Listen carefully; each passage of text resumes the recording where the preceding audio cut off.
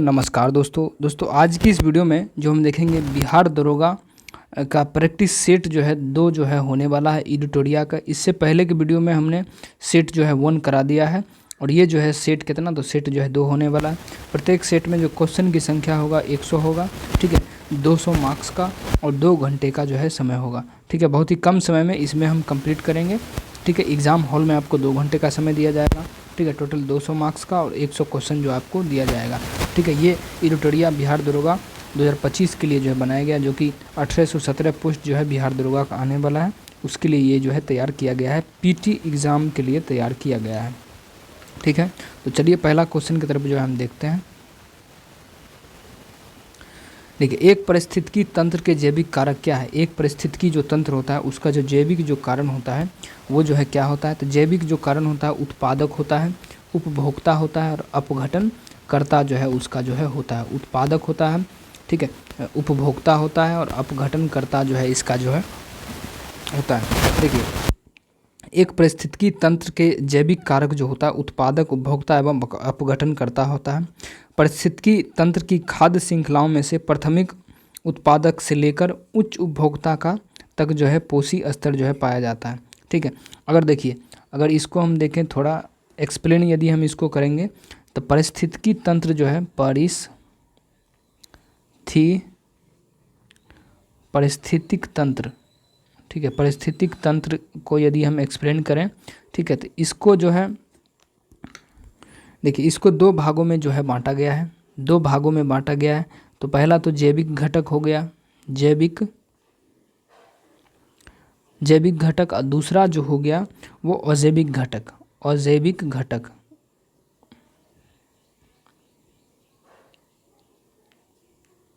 अजैविक घटक जो है हो जाएगा अजैविक घटक, ठीक है।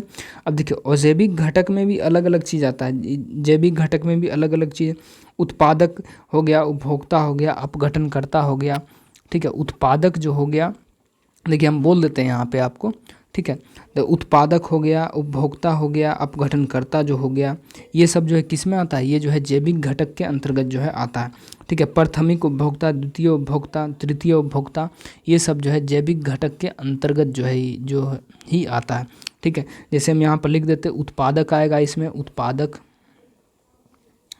ठीक है। उत्पादक के बाद जो है उपभोक्ता आएगा, उपभोक्ता, ठीक है। उपभोक्ता, अपघटनकर्ता, देखिए अपघटनकर्ता आएगा, अपघटनकर्ता, ठीक है। और उसके बाद देखिए, उपभोक्ता में जो है 3 चीज़ें आएगा, उपभोक्ता में जो है कितनी चीज़ें आएगा, उपभोक्ता में जो है 3 चीज़ें जो है फिर आएगा, ठीक है। उपभोक्ता में प्राथमिक क्षेत्र आएगा, प्राथमिक उपभोक्ता, प्राथमिक उपभोक्ता, प्राथमिक उपभोक्ता, प्राथमिक उपभोक्ता, ठीक है। उसके बाद द्वितीय उपभोक्ता,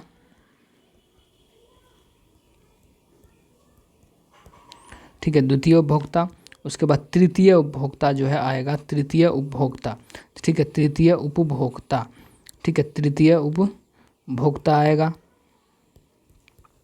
अब देखिए, ये तो हो गया जैविक के घटक के बारे में। अब हम देखते हैं अजैविक घटक के बारे में। अजैविक घटक जो क्या था, अकार्बनिक हो गया, कार्बनिक हो गया, ठीक है, ये सब जो क्या होता है और जो है अजैविक घटक हो जाता है। जैसे कार्बनिक हम मान लिए, कार्बनिक आएगा अजैविक घटक में, अकार्बनिक जो कोई चीज़ है अकार्बनिक, ठीक है, तो ये सब क्या आएगा, ये सब जो है आएगा ये जैविक घटक में, जो अजैविक घटक में जो आएगा।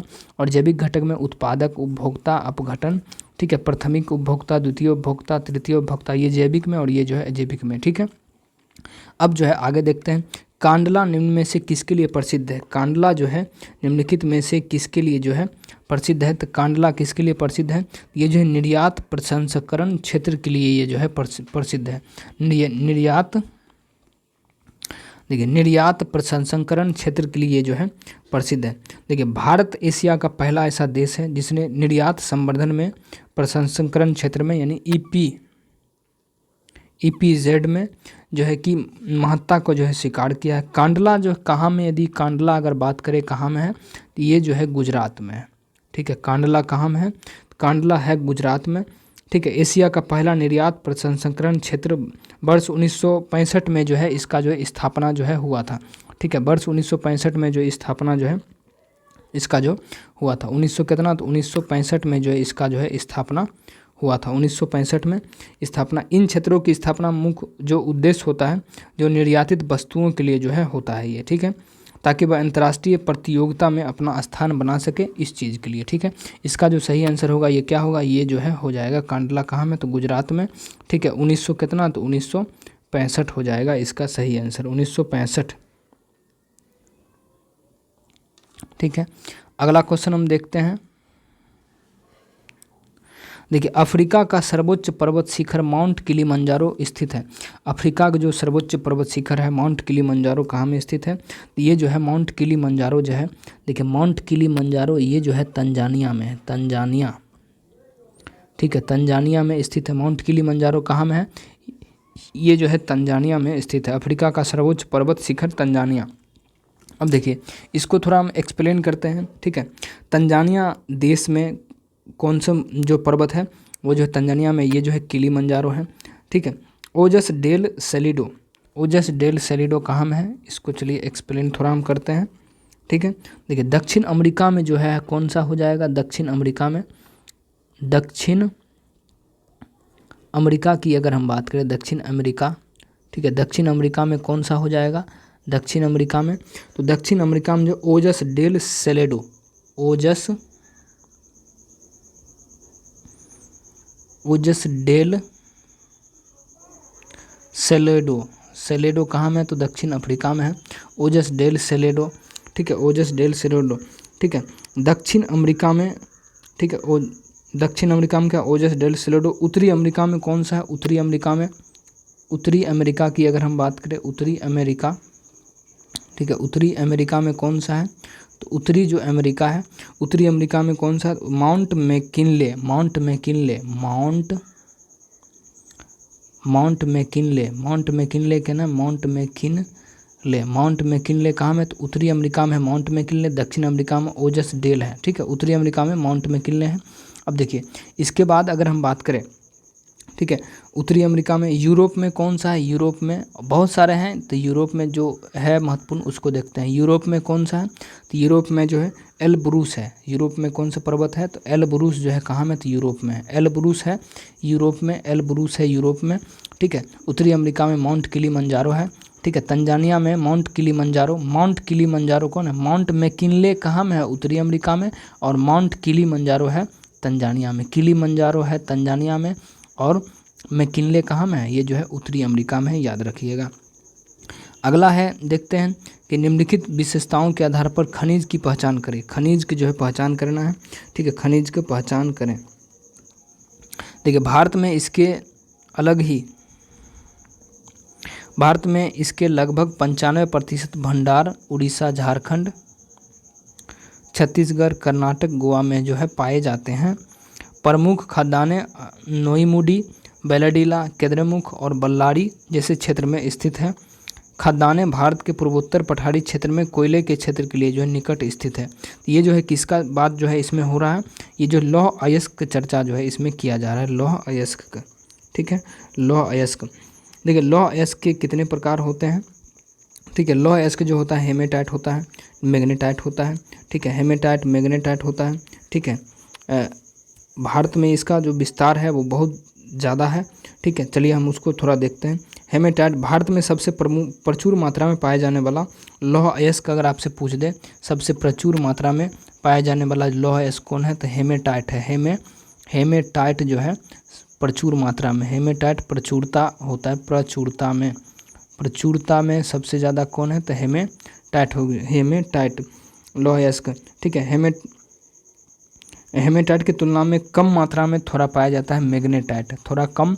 मैग्नेटाइट जो हेमेटाइट की तुलना में जो है कम पाया जाता है मैग्नेटाइट जो है थोड़ा कम होता है, इसकी तुलना में जो है क्या होता है, थोड़ा कम होता है, थोड़ा जो है कम होता है। प्रचुरता इसकी होती है, थोड़ा कम होता है ये हेमेटाइट। ठीक है, अब देखिए हेमेटाइट जो है लगभग कितना भारत में, हम ऐसे मुंह से बोल देते हैं, लगभग जो है 18,000 मिलियन टन है। यहाँ लिख ही देते हैं लगभग 18,000 हेमेटाइट की अगर हम बात करें, हेमेटाइट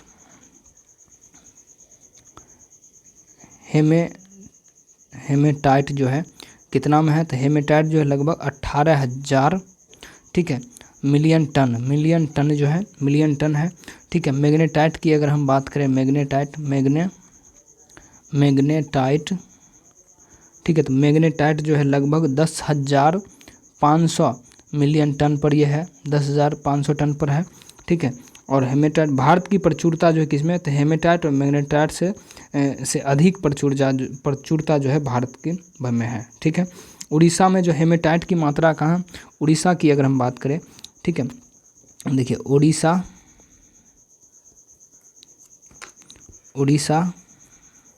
ठीक है, उड़ीसा में किसकी मात्रा है, तो उड़ीसा में जो हेमेटाइट की मात्रा जो है, उड़ीसा में हेमेटाइट, रुकिए यहाँ लिखते हैं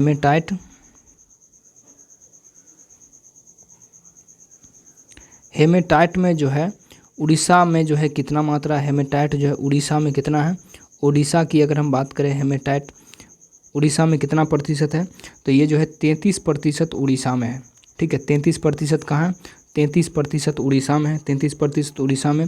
झारखंड की अगर हम बात करें, झारखंड में कितना है, तो झारखंड में जो है 26% है, झारखंड में ये जो है 26% है, झारखंड में कितना, 26%। छत्तीसगढ़ की अगर हम बात करें, छत्तीसगढ़ की, ठीक है, छत्तीसगढ़ की अगर हम बात करें, तो ये जो कितना प्रतिशत है, तो ये जो है 18% जो है 18% जो है हो जाएगा, ठीक है। देखिए मैग्नेटाइट के लिए जो प्रमुख राज्य अगर आपसे बोले, मैग्नेटाइट के लिए प्रमुख राज्य कौन हो जाएगा, तो कर्नाटक में जो मैग्नेटाइट है वो 73% है कर्नाटक में, ठीक है। मैग्नेटाइट 73% है कर्नाटक में, यहाँ लिखते हैं, रुकिए, ठीक है। मैग्नेटाइट की अगर हम बात करें, मैग्नेटाइट, ठीक है, तो मैग्नेटाइट जो है सबसे कहाँ में है, तो कर्नाटक में जो है, कर्नाटक में कितना प्रतिशत है, कर्नाटक में है 73%, कर्नाटक में 73% है, ठीक है। मैग्नेटाइट जो है कर्नाटक में 73% है। आंध्र प्रदेश में जो है, आंध्र प्रदेश में कितना है, तो आंध्र प्रदेश में जो है, आंध्र प्रदेश में है 14%, ठीक है। आंध्र प्रदेश में 14% है, आंध्र प्रदेश में। राजस्थान की अगर हम बात करें, राजस्थान में कितना है, तो राजस्थान में जो है कितना है, तो राजस्थान में जो मैग्नेटाइट है, राजस्थान में मैग्नेटाइट है 5%, ठीक है। राजस्थान में मैग्नेटाइट है 5%। तमिलनाडु की अगर हम बात करें, तमिलनाडु की अगर हम बात करें, तमिलनाडु में जो मैग्नेटाइट है वो कितना प्रतिशत है, तो 4.9% है, 4.9%, ठीक है। तो इतना हो गया। अब आगे चलते हैं अगला क्वेश्चन के तरफ, ठीक है। देखिए इनमें से कौन सा नदियों का जोड़ा गंगा में उत्तर दिशा में आकर मिलने वाली नदियों का जो है जोड़ा है, उत्तर दिशा में आकर मिलने वाली नदियों का क्या है, एक जो है ये एक जोड़ा है, तो कोसी बूढ़ी गंडक हो जाएगा, कोसी बूढ़ी गंडक और कोसी बूढ़ी गंडक हो जाएगा, कोसी और बूढ़ी गंडक, ठीक है। क्वेश्चन देखते हैं, इनमें से कौन सी नदियाँ का जोड़ा गंगा नदी में उत्तर दिशा से आकर मिलने वाली नदियों का जोड़ा है, तो कोसी और बूढ़ी गंडक, कोसी और बूढ़ी गंडक। बिहार से क्या, यानी ऊपर से आता है बिहार में, ठीक है, बिहार में, ठीक है। तो बूढ़ी गंडक और कोसी जो है हो जाएगा, बूढ़ी गंडक और कोसी, ठीक है। गंगा नदी के उत्तर से आकर मिलने वाली नदियाँ, घाघरा हो जाएगा, ठीक है। उत्तर की ओर जो मिलता है, उत्तर से मिलने वाली नदियाँ, बिहार से उत्तर से जो मिलने वाली नदी की अगर हम बात करें, ठीक है, उत्तर से मिलने वाली नदी की अगर हम बात करें, गंगा नदी, गंगा से उत्तर से मिलने वाली नदी की अगर हम बात करें, ठीक है, तो उत्तर से कौन कौन सी नदियाँ मिलती हैं, तो देखिए, ठीक है, ये घाघरा हो गया, ठीक है, घाघरा। उसके बाद बूढ़ी गंडक कौन है, तो बूढ़ी गंडक, ठीक है, बूढ़ी गंडक हो जाएगा, बूढ़ी गंडक। कमला हो जाएगा, कमला, ठीक है, कमला मिलता है। उसके बाद कौन सी नदी है, तो कमला के बाद कोसी हो गया, कोसी। उसके बाद महानंदा, ठीक है, महापद्मानंद ने महानंदा, ठीक है। ये सब नदियाँ जो है मिलती है उत्तर की ओर, उत्तर से आकर जो मिलता है, घाघरा हो गया, बूढ़ी गंडक हो गया, कमला हो गया, कोसी हो गया, महानंदा जो है हो गया। मौसम एवं उसकी बनावट में परिवर्तन इस कारण होता है। ठीक है, मौसम एवं उसकी जो बनावट होता है किस कारण से होता है, मौसम एवं उसकी बनावट में परिवर्तन किस कारण होता है, तो पृथ्वी के अक्ष का इसके अक्ष के समतल की ओर जो है झुका होना जो है ये जो है होता है। अगला क्वेश्चन है कि भारत अपने पड़ोसी देश के अंतर्राष्ट्रीय सीमा की लंबाई के अनुसार आरोही क्रम जो है कौन सा है, आरोही क्रम जो है वो जो है कौन सा है, आरोही यानी क्या, बढ़ते क्रम में जो है कौन सा है। ठीक है, बढ़ते क्रम में कौन सा है, तो देखिए नेपाल। ठीक है, क्षेत्रफल के अनुसार। ठीक है, हम अभी एक्सप्लेन करेंगे ये कि कौन देश जो है कितना किलोमीटर जो है टच करता है भारत से।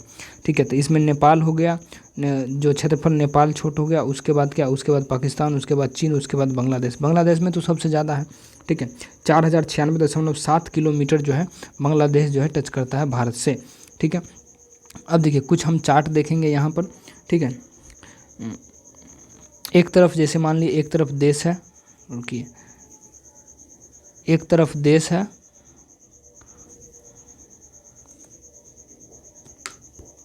ठीक है, यहाँ देश है। ठीक है, और यहाँ जो है सीमा की जो है जैसे लंबाई हो गया, सीमा जो हो गया किलोमीटर में लंबाई हो गया, सीमा किलोमीटर में जो है हो गया। बांग्लादेश की अगर हम बात करें, बांग्लादेश का, ठीक है,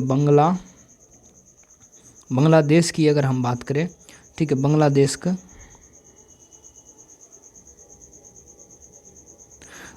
की अगर हम बात करें तो 4096.7 किलोमीटर, यानी 4096 आप मान सकते हैं इतना किलोमीटर जो है सीमा जो है टच करता है।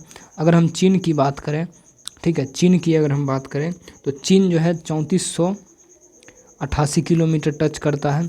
ठीक है, 3488 किलोमीटर। पाकिस्तान की अगर हम बात करें, पाकिस्तान जो है कितना टच करता है, 3323 किलोमीटर जो है पाकिस्तान टच करता है, 3323 किलोमीटर पाकिस्तान टच करता है। अगर नेपाल की अगर हम बात करें, नेपाल, ठीक है, तो नेपाल कितना टच करता है, नेपाल जो है 1751 जो है टच करता है, 1751 किलोमीटर नेपाल टच करता है। ठीक है, भूटान की, म्यांमार की अगर हम बात करते हैं, म्यांमार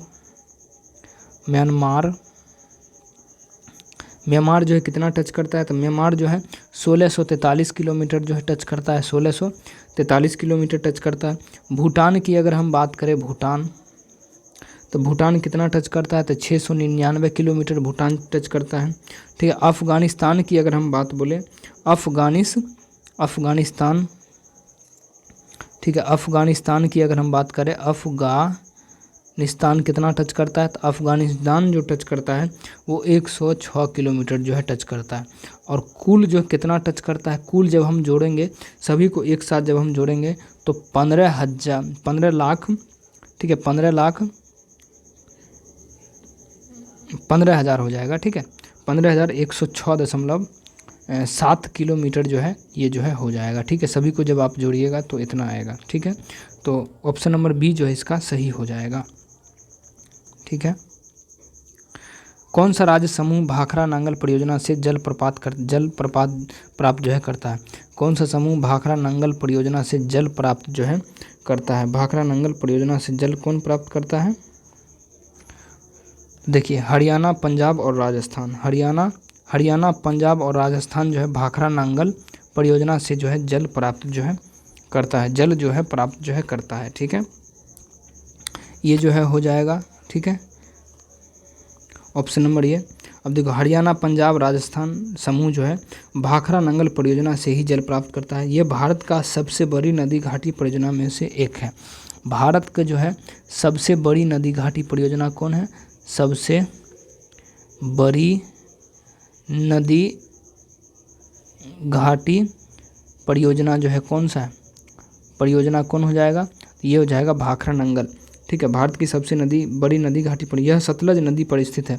यह कौन सी नदी पर स्थित है, यह कौन सी नदी पर स्थित है, तो ये जो है सतलज नदी पर जो है स्थित है, सतलज नदी पर ये जो है स्थित है। भाखड़ा नांगल किस नदी पर है, सतलज नदी पर इसकी स्थित है। ठीक है, इसका उद्देश्य सिंचाई सुविधा और विद्युत उत्पादन जो है करना होता है। इसका जो उद्देश्य है वो क्या है, उद्देश्य की अगर हम बात करें, इसका जो उद्देश्य क्या है, देखिए उद्देश्य क्या है, तो भाखड़ा नांगल परियोजना इसका जो उद्देश्य है सिंचाई और विद्युत उत्पादन, सिंचाई एवं विद्युत का जो है उत्पादन, विद्युत उत्पादन जो है इसका मुख्य उद्देश्य है। ठीक है, सिंचाई एवं विद्युत उत्पादन इसका जो है मुख्य उद्देश्य है। इस बांध की ऊंचाई की अगर हम बात करें, ऊंचाई जो है इस बांध की कितना है, ऊंचाई जो है कितना है, ऊंचाई इस बांध का जो है कितना है, ऊंचाई की बात करें तो 740 फीट हो जाएगा। 740 फीट जो है इसकी ऊंचाई है, 740 फीट जो है इसकी ऊंचाई है, 740 फीट जो है इसकी ऊंचाई है, 740 फीट इसकी ऊंचाई है। इसका क्षमता कितना है, इसका जो क्षमता है वो कितना है, इसका क्षमता का अगर हम बात करें तो 1325 जो है मेगावाट जो है इसकी क्षमता है, 1325 मेगावाट जो है इसकी क्षमता है, मेगावाट जो है इसकी क्षमता है, 1325 मेगावाट इसकी क्या है, इसका जो है क्षमता है 1325। अब देखिए भाखड़ा नांगल परियोजना जो है कहाँ से, तो परियोजना से जल प्राप्त करता है, तो हरियाणा से, पंजाब से, राजस्थान से जल प्राप्त जो है करता है। ठीक है, सबसे बड़ी नदी घाटी परियोजना कौन है, भाखड़ा नांगल। ये किस नदी पर है, ये किस नदी पर है, तो ये जो है सतलज नदी पर है। उद्देश्य इसका क्या है, तो सिंचाई और विद्युत उत्पादन है। ऊंचाई कितना है, तो 740 फीट है। क्षमता कितना है, तो 1325 मेगावाट जो है इसका जो है क्षमता है, 1325 मेगावाट। ठीक है, इससे अधिक जानकारी क्या ही चाहिए। ठीक है, तो अब चलते हैं अगला क्वेश्चन। ठीक है, तो देखिए अगला जो क्वेश्चन है वो है फिजी द्वीप अवस्थित है। फिजी जो द्वीप है वो कहाँ में अवस्थित है, तो फिजी जो द्वीप है ये जो है प्रशांत महासागर में जो है अवस्थित है, प्रशांत महासागर में ये जो है अवस्थित है। फिजी द्वीप कहाँ में अवस्थित है, ये जो है प्रशांत महासागर में जो है अवस्थित है। ठीक है, फिजी कहाँ में है, तो प्रशांत महासागर में ये जो है अवस्थित है। देखिए प्रशांत महासागर विश्व का सबसे बड़ा और गहरा सबसे महासागर है। प्रशांत महासागर सबसे, अब देखते हैं प्रशांत महासागर के बारे में थोड़ा। तो ये जो है विश्व का जो है, विश्व का सबसे गहरा, विश्व का सबसे क्या, सबसे गहरा, विश्व का सबसे गहरा और सबसे बड़ा महासागर है। सबसे गहरा और सबसे बड़ा, सबसे गहरा और सबसे क्या, सबसे बड़ा महासागर है, सबसे बड़ा महासागर है प्रशांत महासागर जो है विश्व का सबसे गहरा और सबसे बड़ा महासागर है। ठीक है, हिंद महासागर जो है विश्व का तीसरा सबसे बड़ा महासागर है। हिंद महासागर क्या है, हिंद महासागर की अगर बात करें, हिंद महासागर जो है, पहले देखिए, पहले प्रशांत महासागर के बारे में देखते हैं उसके बाद देखेंगे। ठीक है, देखिए वर्तमान में पर्यटन एवं चीनी का निर्यातक देश जो है, इसके विदेशी मुद्रा का सबसे बड़ा जो है स्रोत जो है हो जाएगा इसका। ठीक है, देखिए 17वीं और 18वीं शताब्दी के दौरान जो है डच एवं अंग्रेज ने फिजी की खोज किया था। फिजी की जो खोज किया था वो किसने किया था, फिजी की जो खोज किया था वो कब किया था, तो 17वीं एवं 18वीं शताब्दी के दौरान डच एवं अंग्रेज ने जो है खोज किया था। डच एवं अंग्रेज ने जो है इसका जो है खोज किया था, डच एवं अंग्रेज ने इसका जो है खोज जो है किया था। ठीक है, अब अगला क्वेश्चन हम देखते हैं। तो देखिए कांडला तट का विस्तार है, कांडला जो तट है उसका जो विस्तार जो है वो कहाँ तक विस्तार है, तो कांडला तट का जो विस्तार है वो कुमारी अंतरीप से कृष्णा नदी डेल्टा तक जो है इसका जो है विस्तार है। कुमारी अंतरीप से जो है कहाँ तक विस्तार है इसका, तो यहाँ तक जो है इसका जो है विस्तार है। देखिए कोरोमंडल तट का विस्तार कुमारी अंतरीप से कृष्णा नदी के डेल्टा तक जो है होता है। भारतीय प्रायद्वीप की दक्षिणी पूर्वी तटरेखा को कोरोमंडल तट के नाम से जो है जाना जाता है। यानी दक्षिणी जो तट है उसको किस नाम से जाना जाता है, भारतीय प्रायद्वीप के दक्षिणी और पूर्वी तटरेखा के कोरोमंडल को, दक्षिणी एवं पूर्वी कोरोमंडल के तट को किस नाम से जाना जाता है, तो कोरोमंडल के तट के नाम से जो है जाना जाता है। यह क्षेत्र जो चोल राजवंश द्वारा जो शासित रहा है, यह जो क्षेत्र है वो किसके द्वारा शासित रहा है, तो चोल राजवंश द्वारा जो है ये जो है शासित रहा है। चोल द्वारा जो है शासित जो है ये जो है रहा है, चोल राजवंश के द्वारा जो है ये जो है चोल राजवंश द्वारा जो है ये जो है क्या शासित जो है रहा है, चोल राजवंश के द्वारा शासित जो है ये रहा है। कोरोमंडल तट का नाम पुर्तगाली यात्री द्वारा जो है रखा गया था। नाम जो रखा गया था किसके द्वारा, पुर्तगाली द्वारा जो है कोरोमंडल तट का जो है नाम रखा गया था पुर्तगालियों के द्वारा। ठीक है, कोरोमंडल तट का जो नाम रखा गया था वो किसके द्वारा, ये जो है पुर्तगालियों के द्वारा जो है रखा गया था। नाम जो है पुर्तगालियों के द्वारा पुर्तगालियों के द्वारा जो है रखा गया था। पुर्तगालियों के द्वारा जो इसका जो है नाम जो रखा गया था। इस तट की लंबाई कितनी है? तट की लंबाई कितनी है? तट की लंबाई कितनी है? तट की लंबाई कितनी है? तट की जो लंबाई है वो कितनी है? तो 1076 किलोमीटर है। ठीक है, कोरोमंडल तट की जो लंबाई है वो कितनी है? तो 1076 किलोमीटर जो है तट की लंबाई है, कोरोमंडल तट की लंबाई। ठीक है, कोरोमंडल तट की लंबाई की बात हो रहा है। ठीक है, तो देखिए अगला जो क्वेश्चन है वो है किस नदी पर शिव समुद्रम जलप्रपात जो है अवस्थित है? कौन सी नदी है जहाँ पर शिव समुद्रम जो है जलप्रपात जो है स्थित है? तो ये जो है कावेरी नदी पर जो है शिव समुद्रम जलप्रपात है। कावेरी नदी पर जो है शिव समुद्रम जलप्रपात जो है अवस्थित है। शिव समुद्रम जलप्रपात कावेरी नदी पर स्थित है।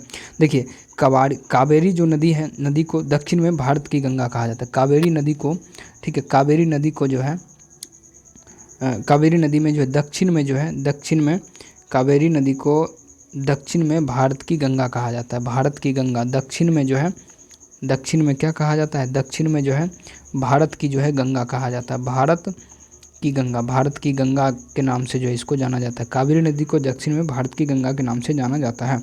शिव समुद्रम कर्नाटक के शिव समुद्रम जो है कर्नाटक के चामराजनगर में जिले में एक झरना है। ठीक है, शिव समुद्रम कर्नाटक के चामराजनगर में जो है एक झरना है। 1905 में जो है एशिया की पहली पन बिजली परियोजना यहाँ स्थापित की गई थी। पन बिजली परियोजना जो है 1905 में जो है 1905 में पन बिजली परियोजना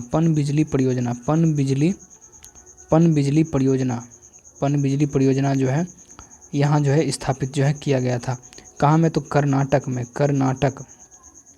कहाँ की में? तो कर्नाटक में ये जो है कर्नाटक में है। ठीक है, कहाँ में? तो ये जो है कर्नाटक में है 1905 में। ठीक है, आगे चलते हैं। सूर्य सरोवर पक्षी विहार कहाँ स्थित है? सूर्य सरोवर जो पक्षी विहार है वो जो है कहाँ में स्थित है? तो सूर्य सरोवर जो है ये जो है आगरा में है। सूर्य सरोवर कहाँ में है? सूर्य सरोवर जो कि आगरा में है। सूर्य सरोवर कहाँ में है? आगरा में। देखिए सूर्य सरोवर पक्षी विहार की स्थापना, ठीक है, सूर्य सरोवर पक्षी विहार, सूर्य सरोवर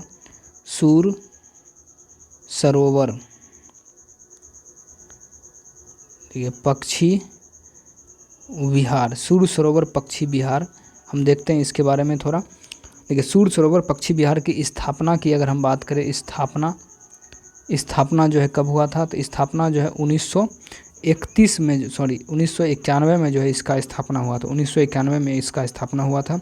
ये कहाँ में है? तो ये जो है स्थान जो है ये कहाँ में है? ये कहाँ में है? ये जो उत्तर प्रदेश में है। उत्तर प्रदेश, ठीक है, उत्तर प्रदेश में ये जो है स्थित है। उत्तर प्रदेश के आगरा जिला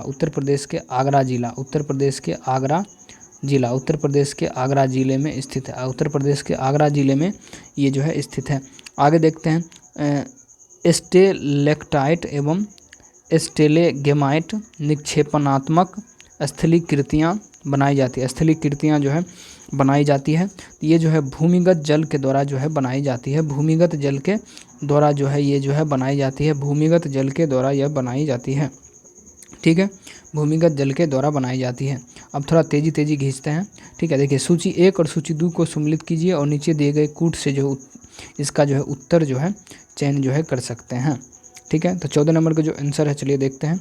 ठीक है, कालाहारी कहाँ में? तो कालाहारी अगर किसके लिए प्रसिद्ध है? तो कालाहारी ये जो है बॉक्साइट के लिए प्रसिद्ध है। कालाहारी बॉक्साइट के लिए प्रसिद्ध है। कालाहारी किसके लिए प्रसिद्ध है? ये जो है बॉक्साइट के लिए प्रसिद्ध है। कालाहारी बॉक्साइट के लिए। जाबर किसके लिए? तो जाबर जो है जस्ता एवं सीसा के लिए। जाबर जो है जस्ता एवं सीसा के लिए। कालाहारी बॉक्साइट के लिए, जाबर जस्ता एवं सीसा के लिए। कोलार जो है किसके लिए? तो कोलार जो है किसके लिए होता है? तो कोलार जो है सोना के लिए। कोलार जो है ये जो है सोना के लिए है। कोलार जो है सोना के लिए। मूसाबनी तो तांबा के लिए। मूसाबनी किसके लिए? तो मूसाबनी जो है तांबा के लिए। मूसाबनी है तांबा के लिए। तो 14 का क्या हो जाएगा? तो सी नंबर जो है इसका सही आंसर जो है हो जाएगा। सी नंबर सही हो जाएगा। ठीक है, इसका यही है बस। अब आगे देखते हैं 15 नंबर क्वेश्चन में कि गुप्त काल में भूमि राजस्व की दर क्या थी। गुप्त काल जो था उस समय जो है भूमि राजस्व की जो दर थी वो जो है क्या था, तो गुप्त काल में भूमि राजस्व की जो दर थी वो 1/6 भाग था। 1 बटा कितना था, 1/6 भाग जो था गुप्त काल में भूमि राजस्व की जो दर था 1/6 भाग। गुप्तकालीन राजा अपनी प्रजा के प्रति की गई सेवाओं के बदले उपज का 6ठा भाग जो है पाने का अधिकार होता था, जो तत्कालीन राजस्व का मुख्य स्रोत जो है उस समय था। ठीक है, देखिए गुप्तकालीन अभिलेखों से निम्नलिखित प्रकार के जो है ज्ञात हुए हैं। गुप्त काल के जो अभिलेख जो थे, गुप्त काल के जो अभिलेख हुए हैं, गुप्तकालीन अभिलेख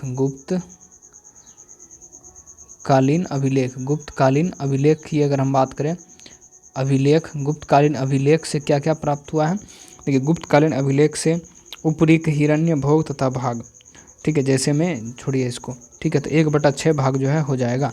देखिए दिल्ली में किस सुल्तान ने स्वयं को नायाब ए खुदाई, दिल्ली में जो है किस सुल्तान ने स्वयं को जो नायाब ए खुदाई कहा, तो नायाब ए खुदाई कहा था खुद को किसने, तो ये जो है बलबन ने कहा था। ठीक है, बलबन ने है खुद को नायाब ए खुदाई जो है कहा था। देखिए बलबन ने स्वयं को पृथ्वी पर ईश्वर की प्रतिनिधि और प्रतिछाया घोषित किया था खुद के लिए, जिसके लिए उसने खुद को नायाब ए खुदाई कहा, यानी नायाब ए खुदाई बलबन ने खुद को कहा। ठीक है, और राजत्व सिद्धांत दिया जो कि एक देवीय उत्पत्ति सिद्धांत से जो है संबंधित इसको कहा जाता है। बलबन ने रक्त एवं लौह की नीति भी लाया था। रक्त एवं लौह की नीति किसने, रक्त एवं लौह की नीति जो है किसने लाया, रक्त एवं लौह की नीति जो लाया था वो किसने, रक्त एवं लौह नीति बलबन ने प्रतिपादन किया था। बलबन ने नवरोज त्योहार, बलबन ने ही नवरोज त्योहार, ठीक है, नवरोज त्योहार किसने, तो ये जो है बलबन ने नवरोज त्योहार जो है बलबन के द्वारा लाया गया। सिजदाए पेबोस किसके द्वारा लाया गया था, सिजदा ए पेबोस अगर तो बलबन के द्वारा, सिजदाए पेबोस हो गया बलबन के द्वारा। ठीक है, ये जो प्रथा जो लागू किया सिजदाए पेबोस, या इसी को पेबोस भी कह सकते हैं, सीधे पेबोस। ठीक है, पेबोस, सिजदाए पेबोस ये किसके द्वारा, ये जो है बलबन के द्वारा जो है लाया गया था, बलबन के द्वारा। ठीक है, बलबन के द्वारा। ठीक है, आगे हम देखते हैं कि मीर कासिम ने अपनी राजधानी मुर्शिदाबाद से कहाँ स्थानांतरित किया था। मीर कासिम जो है अपनी राजधानी मुर्शिदाबाद से कहाँ स्थानांतरित जो है किया था, तो ये जो है मुंगेर स्थानांतरित किया था। कहाँ में, तो मुंगेर जो है स्थानांतरित जो है किया था, मुंगेर। ठीक है, मीर कासिम ने। देखिए बंगाल के नवाब मीर कासिम ने मुंगेर में तोप एवं बंदूक का कारखाना जो है स्थापित किया था। मीर कासिम ने जो बंगाल में कौन कौन से, मीर कासिम ने देखिए मीर कासिम ने, देखिए इतना चीज़ लिखना पड़ेगा, तो मीर कासिम ने जो है मीर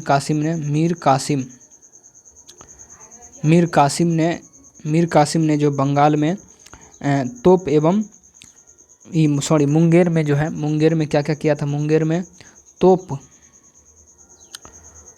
हो गया, बंदूक हो गया, तोप एवं बंदूक का जो है स्थापित किया था। बंगाल का नवाब मीर जाफर को अंग्रेज़ों ने 1760 में जो है हटाकर उसके दामाद जो था वो मीर कासिम को बंगाल का नवाब जो है बना दिया गया था। ठीक है, मीर कासिम ने अपनी राजधानी मुर्शिदाबाद से मुंगेर यानी मुगदलपुर स्थानांतरित जो है कर दिया था। ठीक है, ऑप्शन नंबर ए इसका हो जाएगा। विजयनगर के राजा कृष्णदेव राय ने गोलकुंडा का युद्ध जो है किस राजा के साथ जो है लड़ा था। विजयनगर के राजा कृष्णदेव राय ने गोलकुंडा का युद्ध लड़ा था, वो किस राजा के साथ जो है लड़ा था, ये जो लड़ा था कुली कुतुब शाह के द्वारा। कुली कुतुब शाह के जो है कृष्णदेव राय के साथ जो है युद्ध जो है हुआ था। देखिए विजयनगर सम्राट के कृष्णदेव राय उड़ीसा में जो है व्यस्त होने के कारण गोलकुंडा के सुल्तान कुली कुतुब शाह ने जो है विजयनगर के कुछ भाग को अपने अधीन कर लिया था। इसके अलावा इसने उसके गजपति नरेश से कृष्ण और गोदावरी के कुछ भाग जो था समर्पित करने के जो है बाध्य कर दिया था। ठीक है, इससे क्रोधित होकर विजयनगर सम्राट जो था, विजयनगर के जो सम्राट हुए सालुब तिस्मा हुआ था। ठीक है, गोलकुंडा को जो है जीतने के लिए भेजा, जिसे कुतुब शाही सेनाओं को बुरी तरह जो है पराजित कर गोलकुंडा द्वारा अधिकृत पूर्वोत्तर प्रदेश पर जो है अधिकार जो है कर लिया था। तो इसका जो सही आंसर क्या होगा, ये जो है ए नंबर हो जाएगा। असहयोग आंदोलन के संबंध में निम्नलिखित कथन पर कौन सही नहीं है। असहयोग आंदोलन से रिलेटेड जो कौन जो है सही नहीं है। तो जलियांवाला बाग नरसंहार के कारण महात्मा गांधी ने इस आंदोलन को स्थगित कर दिया था। ये बात जो है एकदम से क्या है, गलत है। ठीक है, यानी ये जो है सही नहीं है, लेकिन यहाँ नहीं है यानी ये सही है। ठीक है, अब देखते हैं जो सही है उसको देखते हैं। असहयोग आंदोलन वर्ष 1920 में शुरू किया गया था और 1922 में जो है समाप्त हुआ था। असहयोग आंदोलन कब शुरू किया गया, 1920 में शुरू किया गया, 1922 में जो इसको ख़त्म कर दिया गया। बारदोली प्रस्ताव में गांधी जी ने इस आंदोलन को वापस लेने की घोषणा की। यानी असहयोग आंदोलन को किस आंदोलन में वापस लिया था, तो बारदोली प्रस्ताव यानी आंदोलन को जो है इसको जो है वापस जो है ले लिया था। इस आंदोलन में मुस्लिम समुदाय ने व्यापक स्तर पर भाग लिया था। ये जो आंदोलन था इसमें मुस्लिम समुदाय ने अच्छे तरीके से इसमें भाग जो है लिया था। ठीक है, 4 फरवरी 1922 में चौरी चौरी घटना के बाद जो है गांधी जी द्वारा जो असहयोग आंदोलन जो है वापस ले लिया गया था। 4 फरवरी 1922 को वापस ले लिया गया था चौरी चौरी कांड के बाद, चौरी चौरा। ठीक है, अशोक के संबंध में निम्नलिखित कथनों पर जो विचार कीजिए। अशोक के संबंध में निम्नलिखित कथनों पर विचार कीजिए। ठीक है, देखिए अशोक पहला ऐसा शासक था जिसने अभिलेखों द्वारा जनता तक अपना संदेश पहुंचाने की जो है कोशिश की। जनता तक जो है अपना संदेश जो है पहुंचाने की कोशिश की। इस पर जो विचार करना है, निम्नलिखित में से कौन सा कथन जो है सही है, इसको जो है हमको चुनना है। ठीक है, देखिए अशोक पहला ऐसा शासक था जिसने अभिलेखों द्वारा जनता तक अपना संदेश पहुंचाने की घोषणा जो है किया था। तो ये बात क्या है, ये बात जो है एकदम से सही है। देखिए अशोक के ज़्यादातर अभिलेख खरोष्ठी लिपि में है। तो अशोक के ज़्यादातर जो अभिलेख है ये खरोष्ठी लिपि में नहीं है। अशोक के ज़्यादातर अभिलेख जो है प्राकृतिक भाषा में और ब्राह्मणी लिपि में है। ठीक है, तो ये जो है सही नहीं है। तो अशोक ने अपना अभिलेख में कलिंग युद्ध का वर्णन किया, ये बात सही है। यानी 1 और 3 जो है एकदम से क्या हो जाएगा, सही हो जाएगा। ठीक है, अभी थोड़ा इसको हम देखते हैं। देखिए ठीक है, अशोक के बारे में चलिए थोड़ा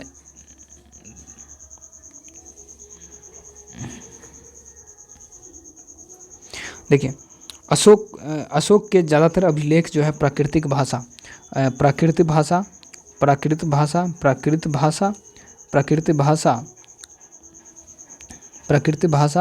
और जो है प्राकृतिक भाषा और जो है ब्राह्मणी भाषा, प्राकृतिक भाषा और उसके बाद ब्राह्मी भाषा जो था वो था अशोक के द्वारा। लिपि में ना ही खरोष्ठी लिपि जो है नहीं था। अशोक ने अपने 13वें शिलालेख में कलिंग युद्ध का जो है वर्णन किया। 13वें शिलालेख में जो है अशोक ने जो है कलिंग युद्ध का जो है वर्णन किया। कलिंग युद्ध का वर्णन किस में किया है, 13वें शिलालेख में जो है 13वें शिलालेख में जो है कलिंग युद्ध का क्या किया, शिलालेख में जो है 13वें शिलालेख में कलिंग युद्ध का जो है वर्णन किया। कलिंग युद्ध का जो है वर्णन किया, युद्ध का वर्णन जो है किया। ठीक है, 13वें शिलालेख में। आगे हम देखते हैं महात्मा गांधी 1940 में प्रारंभ किए गए व्यक्तिगत सत्याग्रह के तीसरे सत्याग्रही जो थे वो कौन थे। महात्मा गांधी द्वारा जो है 1940 में प्रारंभ जो है किया गया व्यक्तिगत सत्याग्रह के तीसरे सत्याग्रही जो थे वो कौन थे। तो तीसरे सत्याग्रही जो थे वो थे ब्रह्मदत्त तीसरे सत्याग्रही थे। और व्यक्तिगत सत्याग्रह जो 1940 में शुरू किया गया था वो तीसरे सत्याग्रही कौन थे, तो ब्रह्मदत्त थे। ठीक है, देखिए व्यक्तिगत सत्याग्रह की शुरुआत जो किया गया था, व्यक्तिगत सत्याग्रह चलिए इसको देखते हैं। व्यक्तिगत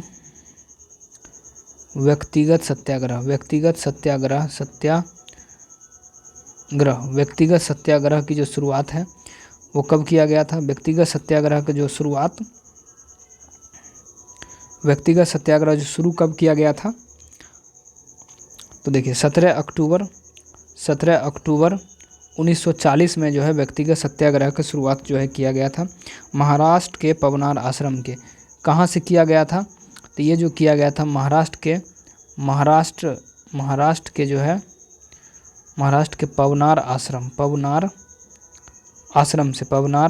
से जो है किया गया था। महाराष्ट्र के पवनार आश्रम से जो है किया गया था। महाराष्ट्र के पवनार आश्रम से जो है इसका शुरुआत जो है किया गया था। गांधी जी द्वारा 11 अक्टूबर 1940 को विनोबा भावे को प्रथम व्यक्ति सत्याग्रही के तौर पर चुना गया। प्रथम जो था वो कौन था? प्रथम व्यक्तिगत सत्याग्रही जो था, देखिए गांधी जी के द्वारा 11 अक्टूबर 1940 में चुना गया था, लेकिन विनोबा भावे के जो है प्रथम व्यक्तिगत सत्याग्रही के तौर पर चुना गया। प्रथम किन को चुना गया? प्रथम व्यक्तिगत सत्याग्रही कौन थे? तो विनोबा भावे। विनोबा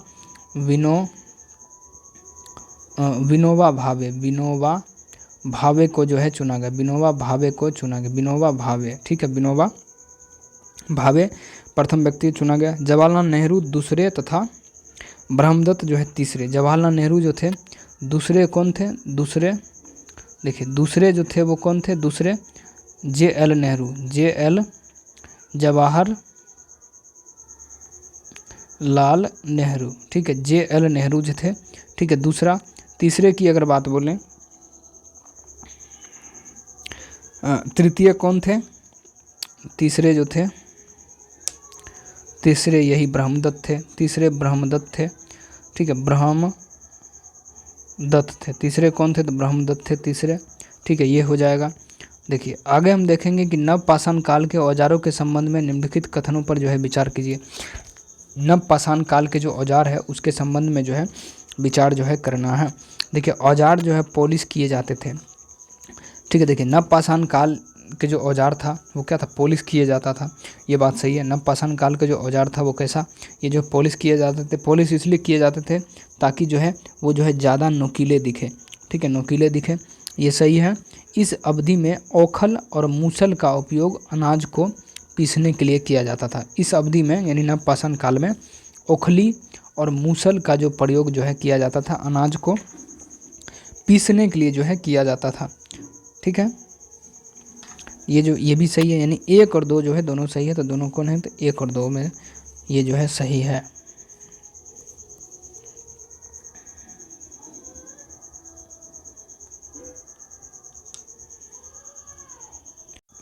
देखिए आप कमेंट कर सकते हैं कि क्वेश्चन को इसी तरीके से एक्सप्लेन के साथ खींचें या बस क्वेश्चन आंसर करते चले जाएं, ठीक है, कमेंट ज़रूर कीजिए। देखिए 1919 में खिलाफत आंदोलन समिति का गठन कहाँ किया गया था? तो 1919 खिलाफत आंदोलन समिति का जो गठन किया गया था वो जो है बम्बई में किया गया था। बम्बई में किया गया था। बम्बई में कहाँ में किया गया था? तो ये जो है बम्बई में किया गया था। पहला विश्व युद्ध में ओटोमन तुर्की की हार हो चुका था, ठीक है।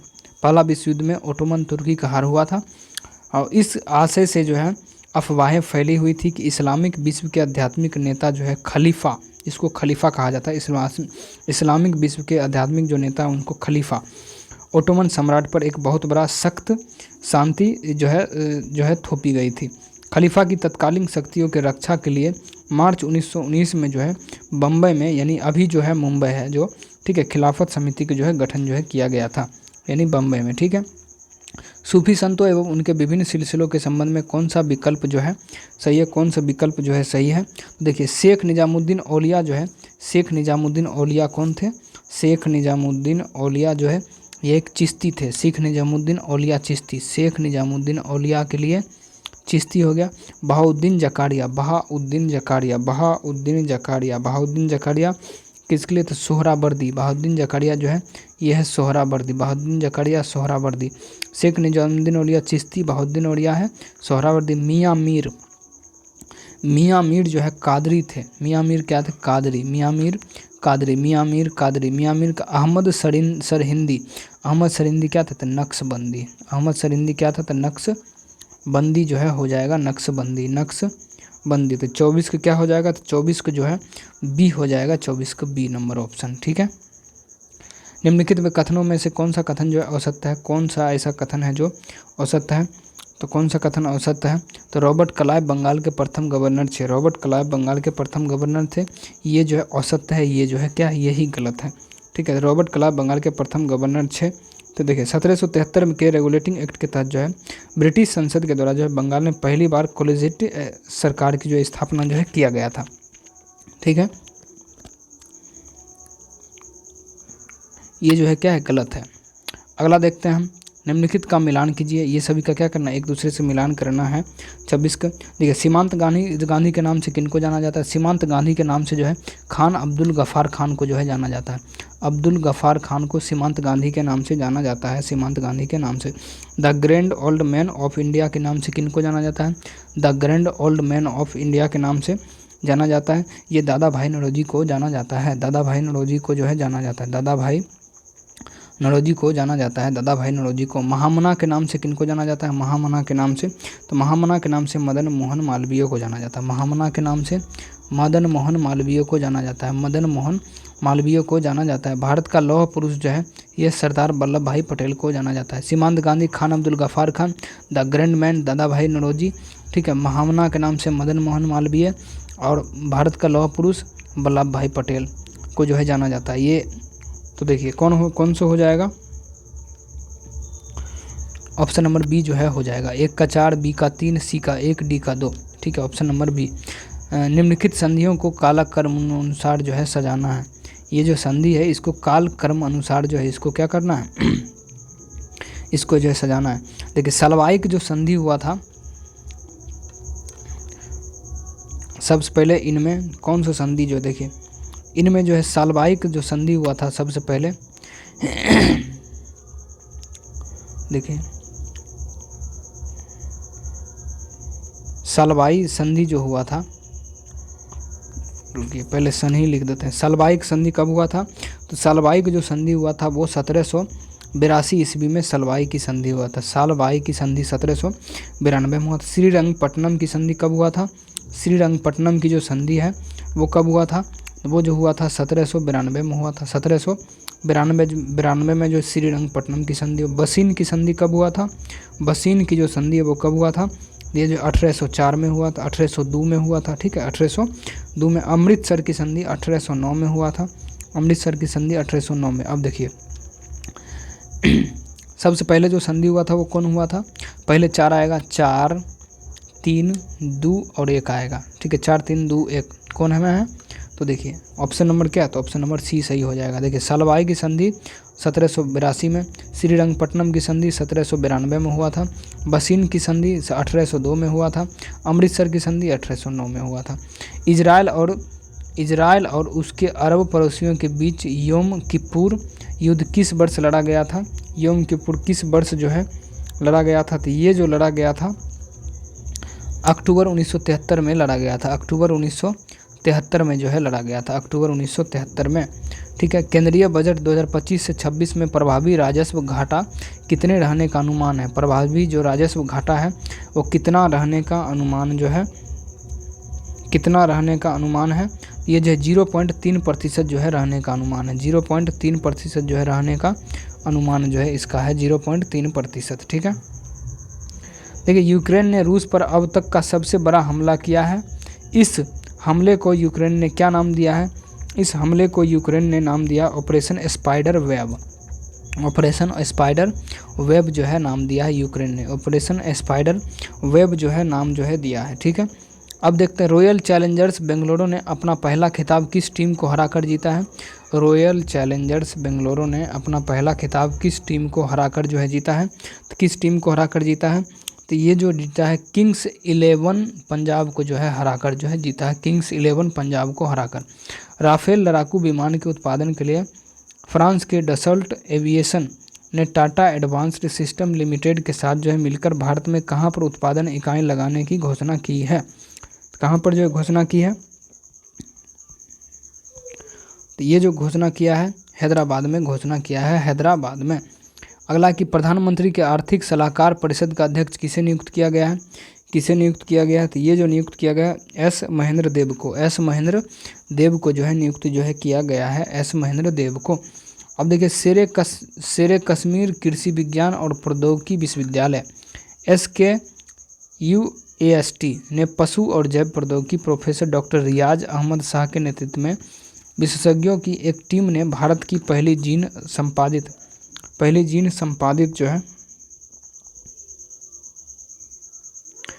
जीन संपादित डैश बनाकर एक महत्वपूर्ण सफलता हासिल की, एक महत्वपूर्ण सफलता जो हासिल की है तो भेड़ के लिए जो है हासिल की है, भेड़ के लिए।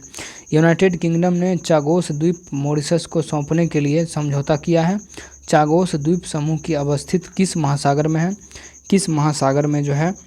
तो ये जो है किस महासागर में है? तो ये जो है हिंद महासागर में जो है अवस्थित है, हिंद महासागर में अवस्थित है, हिंद महासागर में ये जो है अवस्थित है, हिंद महासागर में अवस्थित है। राष्ट्रपति द्रौपदी मुर्मू ने पूर्व रक्षा सचिव अजय कुमार को किस संवैधानिक निकाय का नया अध्यक्ष जो है नियुक्त किया है, नया अध्यक्ष जो है नियुक्त किया है। तो ये जो देखिए, तो इसका जो सही आंसर जो हो जाएगा वो क्या हो जाएगा, संघ लोक सेवा आयोग जो है हो जाएगा इसका, संघ लोक सेवा आयोग, संघ लोक सेवा आयोग। ठीक है, अगला हम देखते हैं, पाकिस्तान ने भारत पर कई ड्रोन और मिसाइलें दागी। पाकिस्तान की यह कार्यकारी कथित और तौर पर भारत के खिलाफ अभियान डैश के तहत की गई है, यानी किसके तहत जो है किया गया है, ये जो है ऑपरेशन बुनियान अल मरसूस के द्वारा जो है किया गया, ऑपरेशन बुनियान अल मरसूस के द्वारा। ठीक है, कर्नल सोफिया कुरैशी किसने संयुक्त रूप से भारत के ऑपरेशन सिंदूर पर मीडिया ब्रीफिंग का नेतृत्व जो है किया है, तो ये जो किया है विंग कमांडर व्योमिका सिंह ने किया है। ठीक है, कुरैशी और किसने, यानी कर्नल सोफिया कुरैशी और किसने, तो wing commander Vyomika Singh, wing commander Vyomika Singh ने, ऑप्शन नंबर बी। देखिए, विश्व प्रेस स्वतंत्रता सूचकांक 2025 में भारत का स्थान क्या है, तो प्रेस स्वतंत्रता सूचकांक में जो है भारत का जो स्थान है वो क्या है, प्रेस स्वतंत्रता सूचकांक में भारत का स्थान क्या है, तो भारत का जो स्थान है वो 151वां है, 151वां है भारत का स्थान, 151वां है। ठीक है, 151वां। सार्वजनिक क्षेत्र का बैंक जो है बैंक ऑफ महाराष्ट्र ने किस ट्रेन में देश का पहला एटीएम लगाया है, कौन से ट्रेन में जो है देश का पहला एटीएम जो है लगाया है, ये जो है पंचवटी एक्सप्रेस में है जो है देश का पहला जो है एटीएम जो है लगाया गया, देश का पहला एटीएम लगाया गया है।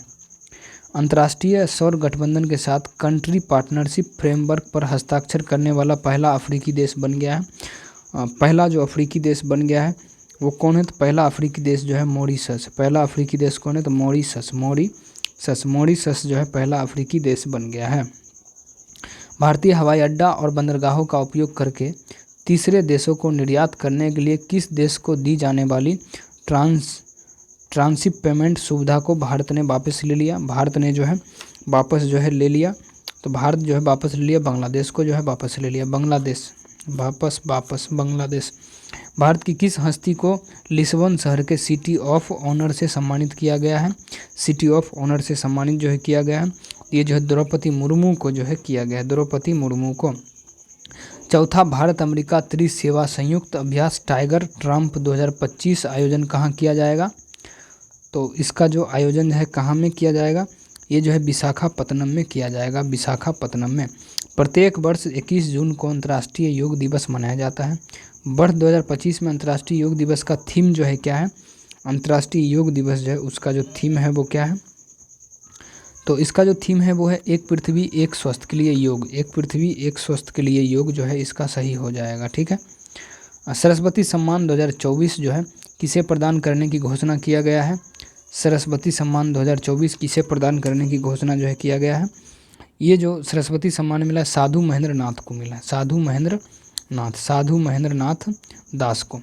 निम्नलिखित में से कौन सा अनुच्छेद मानव के दुर्व्यवहार और बंधुआ मजदूरी को रोक से संबंधित है, मानव के दुर्व्यवहार और बंधुआ मजदूरी पर रोक से संबंधित है, ये जो है कौन सा है, तो ये जो है अनुच्छेद जो हो जाएगा अनुच्छेद 19 का 1, अनुच्छेद 19 का 1 अनुच्छेद 23 का 1 जो है ये सही हो जाएगा, अनुच्छेद 23 का 1, अनुच्छेद 23 का 1। यदि कोई व्यक्ति ऐसे पद पर नियुक्त हो गया है जिस पर उसका कोई कानूनी हक नहीं है तो ऐसी स्थिति में न्यायालय कौन सी रिट जारी करेगा, ऐसी स्थिति में न्यायालय जो है अधिकार प्रेक्षा रिट जो है जारी करेगा, अधिकार प्रेक्षा रिट जो है जारी जो है करेगा। अब देखिए, निम्नलिखित कथनों पर विचार कीजिए।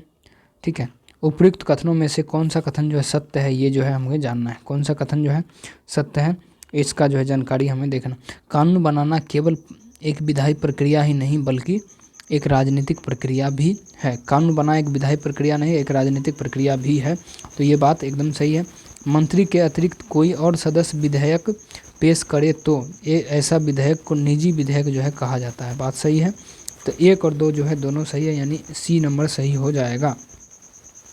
भारतीय संविधान को औपचारिक रूप से कब लागू किया गया था, भारतीय संविधान को जो है औपचारिक रूप से कब लागू किया गया था, तो ये जो 26 जनवरी 1950 को लागू किया गया था। 26 जनवरी 1950 को जो है 26 जनवरी 1950 को जो है लागू किया गया था। 26 जनवरी 1950 को जो है लागू किया गया था। लेकिन निम्नलिखित में से कौन सा कथन जो असत्य है यानी गलत है, ठीक है, असत्य इनमें से कौन सा कथन है जो असत्य है। देखिए 1960 में जो है बम्बई से अलग कर महाराष्ट्र और गुजरात जो है बनाया गया था। देखिए ये बात सही है, ठीक है, ये सही मतलब ये कथन जो है सही है, बाकी इसके अनुसार यहाँ बोला है असत्य, ठीक है। तो ये 1960 में बम्बई से अलग होकर क्या महाराष्ट्र और गुजरात बना था, ये सही है। मणिपुर से अलग करके 1972 में मेघालय राज्य जो है बनाया गया था। मणिपुर से अलग होकर नहीं बना था ये, ठीक है। मणिपुर और त्रिपुरा राज्य 1972 में अस्तित्व में जो है आया था, ठीक है। तो ये क्या है, ये असत्य है, ऑप्शन नंबर यही सही होगा। इंदिरा गांधी से संबंधित निम्नलिखित कथनों पर से कौन सा जो है असत्य है। इंदिरा गांधी से संबंधित में कौन सा कथन है जो असत्य है, ठीक है। देखिए ये 1966 से 1977 तक जो है फिर 1980 से 1984 तक जो है भारत के प्रधानमंत्री रही, ये बात सही है। 1966 से जो है 1967 तक जो ये प्रधानमंत्री रही, उसके बाद फिर जो है 80 से जो है उसके बाद क्या 80 से जो है 84 तक जो है ये प्रधानमंत्री रही, ठीक है। कौन सा कथन असत्य है, तो ये सत्य है। इंदिरा गांधी को सरकार के शुरुआती समय में रुपये का अवमूल्यन हुआ। इंदिरा गांधी के सरकार के शुरुआती समय में ही रुपये का अवमूल्यन हुआ, ये बात एकदम से सही है। इन्होंने गरीबी हटाओ का नारा दिया था, ये भी बात सही है। देखिए लाल बहादुर शास्त्री के मंत्रिमंडल में इन्होंने विदेश मंत्रालय का प्रभार जो है संभाला था। विदेश मंत्रालय, तो ये जो है असत्य है, ठीक है। विदेश मंत्रालय का प्रभार संभाला था, ये नहीं, ये असत्य है, ऑप्शन नंबर डी। निम्नलिखित में से कौन भारतीय संविधान की प्रारूप समिति के सदस्य नहीं थे। भारतीय संविधान के प्रारूप समिति के सदस्य इनमें से कौन जो थे नहीं थे, ये डॉक्टर HP मोदी जो थे नहीं थे। डॉक्टर HP मोदी प्रारूप समिति के ये जो है सदस्य नहीं थे। बाकी डॉक्टर भीमराव अम्बेडकर थे, श्री गोपाल स्वामी अयंगर थे और श्री अल्लादी कृष्ण स्वामी जो अयंगर जो थे, ये सब जो क्या थे, ये सब थे, ठीक है। देखिए प्राकृतिक पर्यावरण की रक्षा करे और उसका संवर्धन करे। उपबंध निम्नलिखित में से किससे संबंधित है, ये जो है किससे संबंधित, प्राकृतिक पर्यावरण की रक्षा करे और उसका संवर्धन करे, ये किससे संबंधित है, ये जो है मूल कर्तव्य से जो है संबंधित है, ठीक है। आपका कर्तव्य है प्राकृतिक पर्यावरण को रक्षा करना, सुरक्षित रखना, ठीक है, ये इसका अर्थ हुआ। 1976 का 40वां संशोधन अधिनियम भारत के संविधान के किस अनुच्छेद पर लागू किया गया था, किस अनुच्छेद पर जो है लागू जो है किया गया था, ये 297 अनुच्छेद पर जो है लागू किया गया था, 297 अनुच्छेद पर। देखिए संविधान के अनुच्छेद 297 के स्थान पर निम्नलिखित अनुच्छेद जो है कुछ अनुच्छेद जो रख दिया गया, ठीक है। आगे चलते हैं। देखिए निम्नलिखित में से कौन सा संविधान के अनुच्छेद 3 के तहत जो है संसद के कानूनी द्वारा संभव नहीं है, संसद के कानून द्वारा जो संभव नहीं है, ये जो है देखिए नए राज्यों का गठन संसद के कानून द्वारा संभव नहीं। देखिए नए राज्य का गठन जो है संसद कर सकता है, ये तो संसद का ही काम है। राज्यों के क्षेत्र में परिवर्तन ये भी संसद ही करता है। राज्यों की सीमाओं में परिवर्तन ये भी संसद ही करता है। नए राज्यों के लिए राज्यसभा में सीट निर्धारण ये जो है संसद नहीं करता है, तो ये असत्य यानी संभव नहीं है, तो ये जो है संभव नहीं है। दूसरी पंचवर्षीय योजना से संबंधित निम्नलिखित कथनों पर जो है विचार कीजिए। दूसरा जो पंचवर्षीय योजना है निम्नलिखित कथनों पर विचार कीजिए। उपयुक्त कथनों में से कौन जो है सत्य है, इसके बारे में जो है हमें पता लगाना है। इनमें से कौन है जो सत्य है दूसरी पंचवर्षीय योजना के तहत, ठीक है। तो देखिए दूसरी पंचवर्षीय योजना का जो काल था 1956 से जो है 1961 था। 1956 से कितना था, 1961 था। देखिए दूसरी पंचवर्षीय योजना में भारी उद्योग विकास पर जो है जोर दिया गया, बात सही है। दूसरी जो पंचवर्षीय योजना था उसमें भारी उद्योग और विकास पर जो है काफ़ी ज़्यादा जो है जोर दिया गया था। सरकार ने देसी उद्योगों संरक्षण देने के लिए आयात पर भारी शुल्क लगाया था, बात सही है। ये आयात पर जो है शुल्क जो है लगाया था। PC महालनोबिस के नेतृत्व में अर्थशास्त्रियों और योजनाओं को एक टोली ने यह योजना तैयार किया था, बात सही। यानी ये भी सही, ये भी सही और ये भी सही, 1 2 3 सब सही, यानी ऑप्शन नंबर कौन, तो C हो जाएगा सही। भारत में समावेशी विकास की अवधारणा किस पंचवर्षीय योजना की मुखर है। समावेशी विकास की योजना किस पंचवर्षीय योजना की देन है, तो समावेशी विकास जो है 11वीं पंचवर्षीय योजना की देन है। समावेशी पंचवर्षीय योजना 11वीं पंचवर्षीय योजना जो है की देन है 11वीं पंचवर्षीय योजना। नरेगा के संदर्भ में निम्नलिखित में से कथन कीजिए। नरेगा का जो संबंध है, नरेगा के संदर्भ में निम्नलिखित कथनों पर विचार कीजिए। उपयुक्त कथनों में कौन सा जो है कथन सत्य है और कौन सत्य है, इसको जो हमें चुनना है। ठीक है, देखिए इसे जो है नरेगा यहाँ देखिए नरेगा, ठीक है, नरेगा इसे 1905 में बनाया गया था। तो नरेगा को जो है 1905 में बनाया गया था। ये कथन क्या है, ये कथन जो है सही है। इसका उद्देश्य प्रत्येक ग्रामीण परिवार के वयस्क सदस्य को 100 दिन का रोजगार को उपलब्ध कराना। ठीक है, 2005 में बना और 100 दिन का काम देना, रोजगार देना, ये भी सही है। देखिए 2 अक्टूबर 1909 को जो इसे मनरेगा बना दिया गया।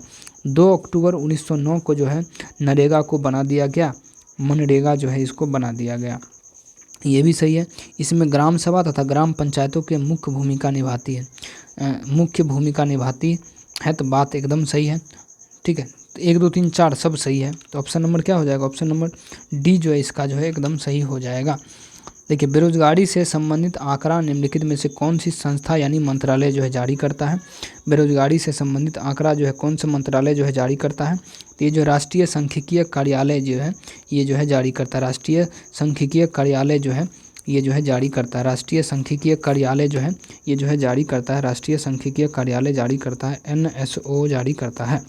ठीक है, भारत में वित्तीय वर्ष की अवधि क्या है। भारत में जो वित्तीय वर्ष है उसकी जो अवधि है वो क्या है। भारत में वित्तीय वर्ष की अवधि 1 अप्रैल से 31 मार्च तक है। भारत में वित्तीय वर्ष की अवधि 1 अप्रैल से 31 मार्च तक है। भारत में वित्तीय वर्ष की अवधि 1 अप्रैल से 31 मार्च तक जो है। निम्नलिखित में से कौन सा एक राजकोषीय नीति के 3 मूल उद्देश्यों में शामिल है। निम्नलिखित में से कौन एक राजकोषीय नीति के 3 मूल उद्देश्यों में जो है शामिल है। ये जो समृद्धि जो है शामिल है, समृद्धि शामिल है। देखिए हालांकि विरामावस्था से चलकर ट्रेन 2 मीटर प्रति सेकंड के एक समान त्वरण से 1 मिनट तक चलती है, तो इतने समय में ट्रेन द्वारा तय की गई जो दूरी है वो जो है क्या हो जाएगी। ठीक है, देखिए 2 मीटर प्रति सेकंड स्क्वायर से चलकर विराम यानी मतलब पहले रुका हुआ था, विराम अवस्था से उसके बाद चला। विराम यानी प्रारंभिक जो वेग होता है, प्रारंभिक वेग, उसको हम क्या बोलते हैं, प्रारंभिक वेग को हम u बोलते हैं। ठीक है, तो विराम अवस्था से यानी रुका था तो उसका वेग क्या था, उसका वेग तो क्या था, वो तो वेग तो था 0, यहाँ से करते हैं। तो जब रुका था तो उसका वेग 0 था। ठीक है, प्रारंभिक वेग क्या था, उसका 0 था। ठीक है, अब देखिए त्वरण कितना है इसमें दिया है, त्वरण को हम a से सूचित करते हैं, तो त्वरण यहाँ कितना है 2 मीटर पर सेकंड स्क्वायर, 2 मीटर पर सेकंड स्क्वायर त्वरण है, 2 मीटर पर सेकंड स्क्वायर। ठीक है, समय की अगर हम बात करें, जो टाइमिंग है, जो समय है, ठीक है, समय यानी 1 मिनट का टाइम हमको दिया है इसमें, 1 मिनट का टाइम। 1 मिनट को यदि क्या हम 60 सेकंड लिख सकते हैं, तो 60 सेकंड लिख सकते हैं, 1 मिनट में 60 सेकंड। ठीक है, और देखिए 1 मिनट में 60 सेकंड लिख सकते हैं। और देखिए त्वरण से 1 मिनट तक चलती, इतने समय में ट्रेन द्वारा तय की गई जो दूरी है वो कितना है, 3600 मीटर है। कितना है, 3600 मीटर। 3600 मीटर ट्रेन द्वारा तय की गई दूरी जो होगा वो कितना होगा। देखिए 1/, अगर हम s बराबर सूत्र जो फॉर्मूला होता है, s बराबर ut plus half at square होता है। ठीक है, तो u यानी u कितना है, 0 है, तो ये पूरा पूरा 0, 1/2, 1/2 हो जाएगा। तो 2 अगुने टाइम कितना है, तो टाइम जो है वो है 60 सेकेंड। टाइम अगर 60 सेकेंड है तो यहाँ देखिए स्क्वायर हो जाएगा, at स्क्वायर, तो 2 को 2 गया और 300 यानी 36 यानी 3600 मीटर जो है इसका जो है हो जाएगा 3600 मीटर। ऑप्शन नंबर कौन, तो ऑप्शन नंबर बी सही हो जाएगा। भारतीय राष्ट्रीय उपग्रह प्रणाली इनसेट के बारे में निम्नलिखित में से कौन सा कथन जो है सत्य नहीं है। इनसेट के बारे में इनमें से कौन है जो सही नहीं है, तो इनसेट के बारे में कौन सही नहीं है, तो ये जो सही नहीं है, इनकी शुरुआत जो है 1979 में हुआ, ये जो है सही नहीं है। देखिए इनसेट क्या करता है, वे मौसम पूर्वानुमान के प्रयोजनार्थ डिज़ाइन किए गए थे। ठीक है, ये सही है। ठीक है, इनसेट श्रृंखला के लिए यूरोपीय प्रक्षेपण यानों का जो उपयोग किया गया है वे संचार उद्देश्यों के लिए डिज़ाइन किए गए थे। ठीक है, तो ऑप्शन नंबर कौन था, डी सही होगा क्योंकि सत्य नहीं है। दाब बढ़ाने पर बर्फ़ का जो गलनांक हो जाएगा वो क्या होगा, बर्फ़ का गलनांक जो है, बर्फ़ का गलनांक क्या होगा, दाब बढ़ाने पर बर्फ़ का गलनांक क्या होगा, घटेगा। बर्फ़ का गलनांक, दाब अगर हम बढ़ाते हैं बर्फ़ पर तो बर्फ़ का गलनांक क्या होगा, गलेगा, गलनांक घटेगा। ठीक है, ऑप्शन नंबर ए। मायोपिया यानी निकट दृष्टि दोष के संबंध में क्या सही है, मायोपिया के संबंध में क्या सही है। ये जो मायोपिया जो है रेटिना के पीछे प्रकाश किरणें में जो है केंद्रित होती है, यानी ऑप्शन नंबर क्या, तो ऑप्शन नंबर बी जो है सही हो जाएगा। एक अवतल दर्पण की अभिसारिता घटाई जा सकती है, इसे निम्न में डुबाकर जो है रखा जाता है, इसे निम्न में डुबाकर रखा जाता है, तो एल्कोहल में इसको डुबाकर रखा जाता है, एल्कोहल में। ठीक है,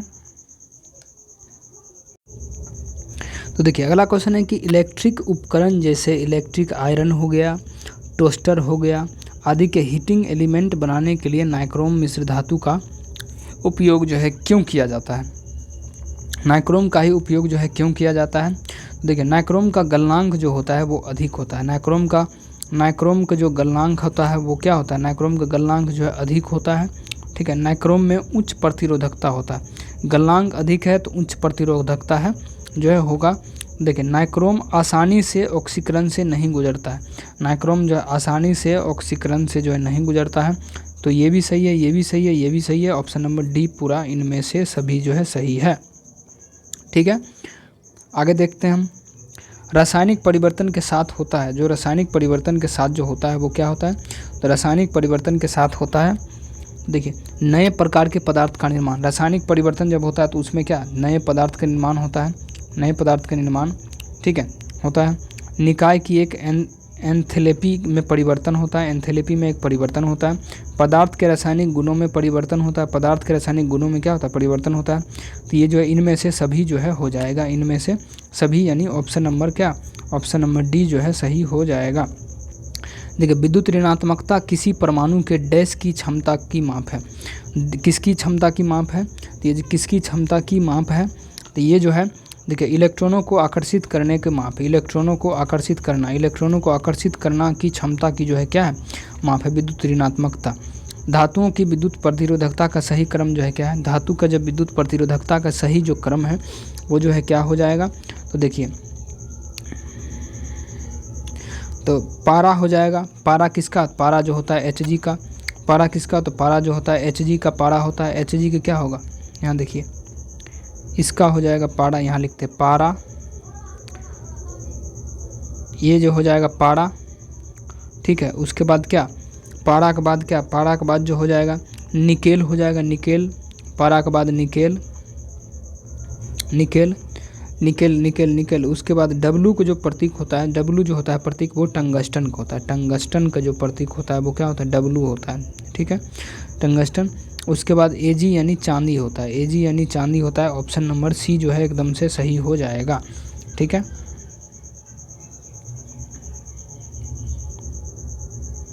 फास्फोरस को पानी में क्यों रखा जाता है, फास्फोरस जो होता है उसको पानी में क्यों रखा जाता है, तब क्योंकि इसका प्रज्वलन तापमान बहुत कम होता है।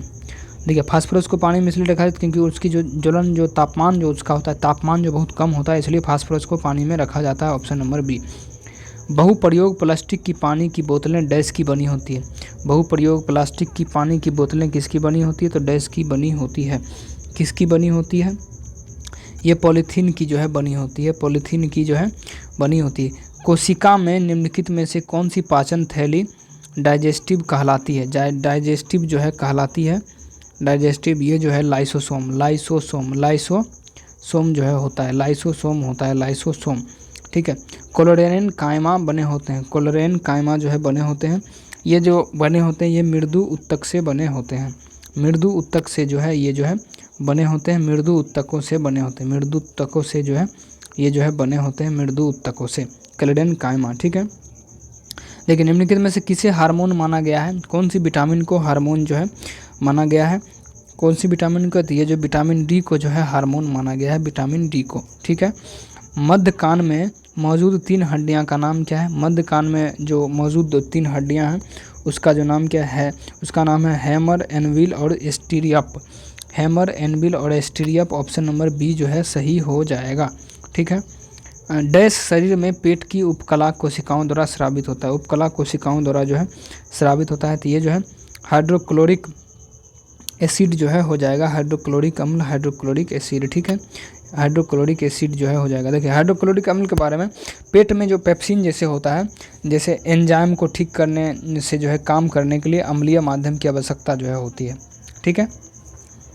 निम्नलिखित में से कौन सा रोग विषाणु जनित रोग नहीं है, विषाणु जनित रोग जो है नहीं है, इनमें से कौन सा, देखिए विषाणु जनित रोग नहीं है तो हैजा,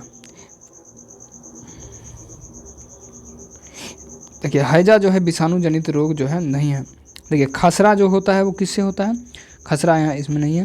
देखिए हैजा रोग विषाणु जनित रोग नहीं है, हैजा जीवाणु जनित रोग है। हैजा किसके जनित रोग है, हैजा जो होता है वो जीवाणु जनित रोग है, जीवाणु जनित रोग है। हैजा जो है जीवाणु जनित रोग है, जो मुख्य रूप से विब्रियो कोलेरी नामक बैक्टीरिया के कारण जो है होता है। किसके कारण, कौन बैक्टीरिया के कारण, विब्रियो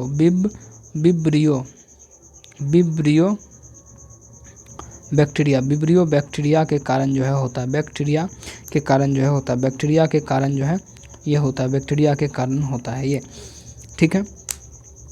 वायरस जनित रोग कौन कौन से होता है, तो वायरस जनित रोग जो खसरा जो होता है वायरस से होता है, ठीक है, खसरा वायरस से होता है, ठीक है। गलसुआ होता है, चेचक होता है, जेनेटाइटिस होता है, इन्फ्लुएंजा होता है, छोटी माता होती है, ये सब किससे, ये सब जो होता है वायरस के कारण होता है, ठीक है। एक परावर्तक पृष्ठ अंदर की ओर बकरित है तब निर्मित दर्पण जो होगा वो कैसा होगा, तो ये जो है अवतल दर्पण होगा। एक परावर्तक पृष्ठ अंदर की ओर बकरित है तो निर्मित दर्पण होगा, तो दर्पण जो होगा वो अवतल दर्पण की तरह होगा। निम्नलिखित रोगों को उनके संबंधित विटामिन या खनिज से मिलान कीजिए, खनिज से जो है मिलान जो है करना है। देखिए स्कर्वी रोग किसके कारण, स्कर्वी रोग जो होता है किसकी कमी से होता है, स्कर्वी रोग जो होता है वो होता है विटामिन सी के कमी से स्कर्वी रोग होता है, विटामिन सी के कमी से। घेगा रोग जो होता है किसकी कमी से होता है, आयोडीन की कमी से घेगा रोग होता है, आयोडीन की कमी से घेगा रोग होता है। रतौंधी जो होता है विटामिन ए की कमी से, रतौंधी जो होता है विटामिन ए की कमी से होता है। रिकेट्स जो होता है वो किसकी कमी से होता है, रिकेट्स जो होता है विटामिन डी की कमी से, रिकेट्स होता है विटामिन डी की कमी से। और एनीमिया होता है आयरन की कमी से, एनीमिया होता है आयरन की कमी से। 1 का 2 बी का 3, 1 का 2 बी का 3, 1 का 2 बी का 3, 1 का 2 बी का 3, ऑप्शन नंबर ए जो है एकदम से सही है। देखिए 3 तत्व ए बी सी डोबराइनर के त्रिक के रूप में है। यदि ए का परमाणु भार 40 है, यदि ए का परमाणु भार जो है यानी द्रव्यमान कितना है, परमाणु भार जो है 40 है, परमाणु भार कितना है, परमाणु भार जो है 40 है। सी का परमाणु भार 137 है, तो बी का परमाणु भार जो है कितना होगा, तो देखिए बी का जो परमाणु भार होगा वो कितना होगा, तो बी का परमाणु भार जो होगा वो जो है 88 होगा। कितना होगा, 88 होगा बी का परमाणु भार, ठीक है। कैसे, तो देखिए 40 + 137 बटा 2, ठीक है। जब इसको आप जोड़िएगा तो 7 4 3 7 और यहाँ कितना हो जाएगा, यहाँ हो देखिए 4 3 7 और 1 यानी 2, यानी कितना, लगभग 88 के जो है बराबर में होगा। लगभग में कितना बराबर होगा, लगभग 88 के बराबर होगा, तो 88 लगभग 88, ठीक है। Option number. वेदाक्त शब्द का संधि विच्छेद कीजिए, वेदाक्त जो शब्द है उसका संधि विच्छेद कीजिए, तो वेदाक्त वेद जोड़ उक्त, वेद जोड़ उक्त जो है संधि विच्छेद, वेद जोड़ उक्त जो है हो जाएगा। मृगनयनी में कौन सा समास है, मृगनयनी में कौन सा समास है, तो क्रमधारय समास है। मृगनयनी में क्रमधारय समास है, मृगनयनी में क्रमधारय समास है, मृगनयनी में क्रमधारय। अब देखिए choose the correct passive form of the following sentence, ठीक है। इसका जो सही आंसर जो हो जाएगा वो क्या होगा, ये जो है promises should be kept, promises should be kept जो है हो जाएगा, प्रोमिसेज शुड बी केप्ट इसका सही उत्तर हो जाएगा, ठीक है। देखिए इंड इबोर शब्द का विलोम क्या है, इंड इबोर शब्द का जो विलोम है वो जो क्या हो जाएगा, ये जो इन एक्टिविटी हो जाएगा, इंड इबोर का इंड एक्टिविटी हो जाएगा, इन एक्टिविटी जो है इसका सही हो जाएगा। भारत का 13वां प्रमुख बंदरगाह कौन बना है, भारत का जो 13वां प्रमुख बंदरगाह है वो कौन बना है, तो भारत का जो 13वां प्रमुख बंदरगाह है वो जो है माधवन बना, बधावन जो है बना है, बधावन जो है 13वां प्रमुख बंदरगाह है। निम्न में किन्हें आधुनिक भारत का प्रथम राष्ट्रवादी कवि जो है माना जाता है, आधुनिक भारत के प्रथम राष्ट्रवादी कवि जो माना जाता है, किनको माना जाता है? ये जो है हेनरी डोरेजियो को माना जाता है। हेनरी डोरेजियो को माना जाता है। हेनरी लुइस विलियम डोरेजियो का जन्म 1809 में हुआ था। इनका जन्म अगर आपसे पूछ दे तो 1809 में जो है इसका जन्म जो है हुआ था। प्रथम गणतंत्र दिवस परेड निम्नलिखित में से किस वर्ष आयोजित की गई थी? किस वर्ष जो आयोजित किया गया था? तो ये जो है 1950 में आयोजित किया गया था। राष्ट्रीय अंतरिक्ष दिवस किस तिथि को मनाए जाने की घोषणा है? अंतरिक्ष दिवस ये जो है 23 अगस्त को जो है मनाया जाता है। 23 अगस्त को मनाया जाता है, 23 अगस्त को। भारतीय वायुसेना को कितने कमांड में विभाजित किया गया है? तो भारतीय वायुसेना को जो है 7 कमांड में विभाजित किया गया है। 7 कमांड में भारतीय वायुसेना को 7 कमांड में विभाजित किया गया है। देखिए, मध्य वायु कमान, ठीक है, पूर्वी वायु कमान, अनुरक्षण वायु कमान, दक्षिण पश्चिम वायु कमान, दक्षिण वायु कमान और प्रशिक्षण कमान और पश्चिमी वायु कमान के रूप में जो है, यानी इस टोटल कितना? तो 7 में। किस वर्ष राजीव गांधी खेल रत्न पुरस्कार का नाम बदलकर मेजर ध्यानचंद खेल रत्न पुरस्कार जो है कर दिया गया? किस वर्ष जो है कर दिया गया था? तो ये जो है 2021 में जो है कर दिया गया। 2021 में कर दिया गया।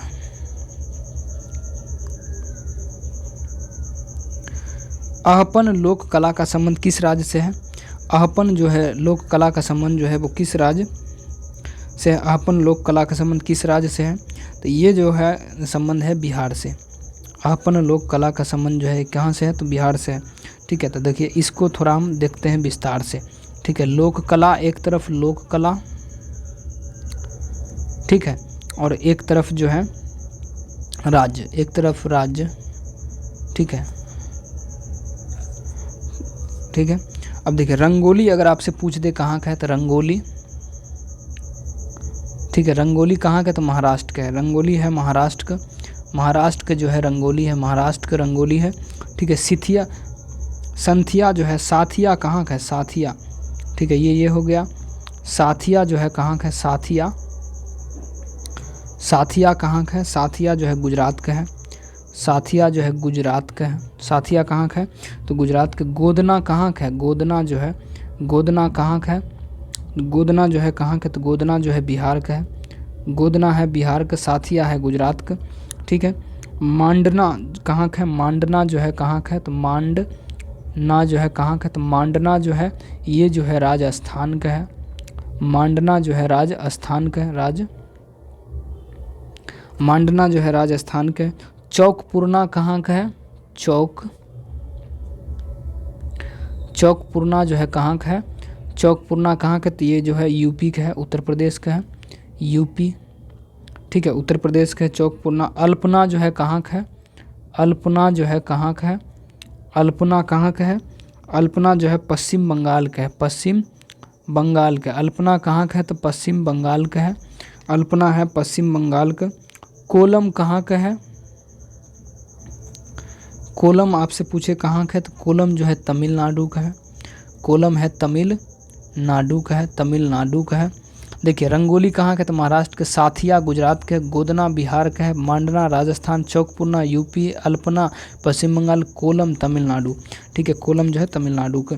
निम्नलिखित में पीढ़ी और वर्ष अंतराल को जो है इसमें जो है मिलान करना है इसमें। ठीक है, देखिए साइलेंट पीढ़ी की अगर बात करें, जन्म जो है साइलेंट पीढ़ी, तो 1928 से लेकर 1945 के बीच में जो है साइलेंट पीढ़ी,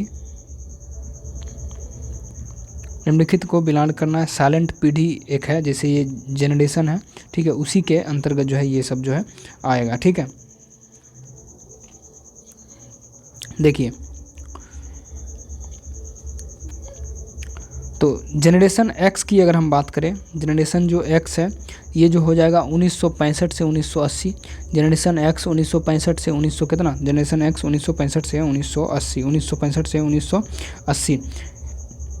ठीक है, जनरेशन वाई की अगर बात करें, जनरेशन वाई तो जनरेशन वाई जो है 1981 से 1996, 1981 से 1996, 1981 से 1996, 1981 से 1996। ठीक है, जनरेशन जेड की अगर बात करें तो जनरेशन जेड जो है 1997 से 2010, 1997 से 2010। और जनरेशन अल्फ़ा जो है 2010 से 2024। जनरेशन अल्फ़ा 2010 से 2024 और जनरेशन जेड जो है, जनरेशन जो जेड है, जनरेशन जेड की अगर बात करें, जनरेशन जेड जो है ये 1997 से लेकर 2010 के बीच जो जन्मे हैं वो जनरेशन जेड है। जेन जेड जैसे अभी जो नेपाल में जो हुआ है, ठीक है, वो जो इसी के अंतर्गत जो है आएगा जनरेशन जेड, यानी जेन जेड नेपाल में जो अभी हो रहा है, ठीक है, उससे रिलेटेड, ठीक है। तो इसको जो मिला दिए, इसका जो सही हो जाएगा वो क्या होगा, तो ये जो देखिए जनरेशन एक्स जो है किस में है, तो जनरेशन एक्स जो है 2 है, यानी एक का क्या, ए का 2, ए का 2, ए का 2 इक्के में है, तो सी नंबर इसका सही हो जाएगा, बात खत्म, ठीक है। अब देखते हैं मैथ के क्वेश्चन को, ठीक है। इसको 95 नंबर जो क्वेश्चन है इसको देखते हैं। देखिए इसको हम कैसे कर सकते हैं, देखिए 100 स्क्वायर माइनस 99 का स्क्वायर, ठीक है, 98 का स्क्वायर माइनस 97 का स्क्वायर, प्लस में 96 माइनस में 95 प्लस में 94 माइनस में 93, ठीक है। इसी तरीके से कहाँ तक गया है, तो 11 तक जो है ये जो है गया है, 11 तक जो है इसको ले जाया गया है, ठीक है। तो देखिए ये जो किस फार्मूला पर है, तो ए स्क्वायर माइनस बी स्क्वायर पर जो है ये जो है आधारित है, ठीक है। इसको यदि हम बनाना चाहेंगे तो देखिए, तो यहाँ जो फार्मूला है तो एक बार जोड़ेंगे एक बार घटाएंगे, तो 100 प्लस 99, उसके बाद 100 माइनस 99, ठीक है, फिर प्लस हो जाएगा तो 98 प्लस 97, ठीक है, उसके बाद फिर 98 माइनस 97, ठीक है। ठीक इसी तरीके से जो है चलता जाएगा, प्लस 96 प्लस कितना, तो 95 और उसके बाद फिर जो हो जाएगा कितना, ये 96 माइनस 95, ठीक है। और उसके बाद क्या होगा, तो उसके बाद जो ठीक इसी तरीके से जो क्या होगा चलते रहेगा, ठीक है। जब हम पूरा करेंगे तो ये देखिए n प्राकृतिक संख्या जो है इसको हम जब निकालेंगे, ठीक है, n प्राकृतिक संख्याओं का जो योग होता है वो होता है n इंटू जो होता है 2 और a प्लस या तो l दीजिए नहीं तो an दीजिए, ठीक है। तो l को ही an जो है कहा जाता है, ठीक है।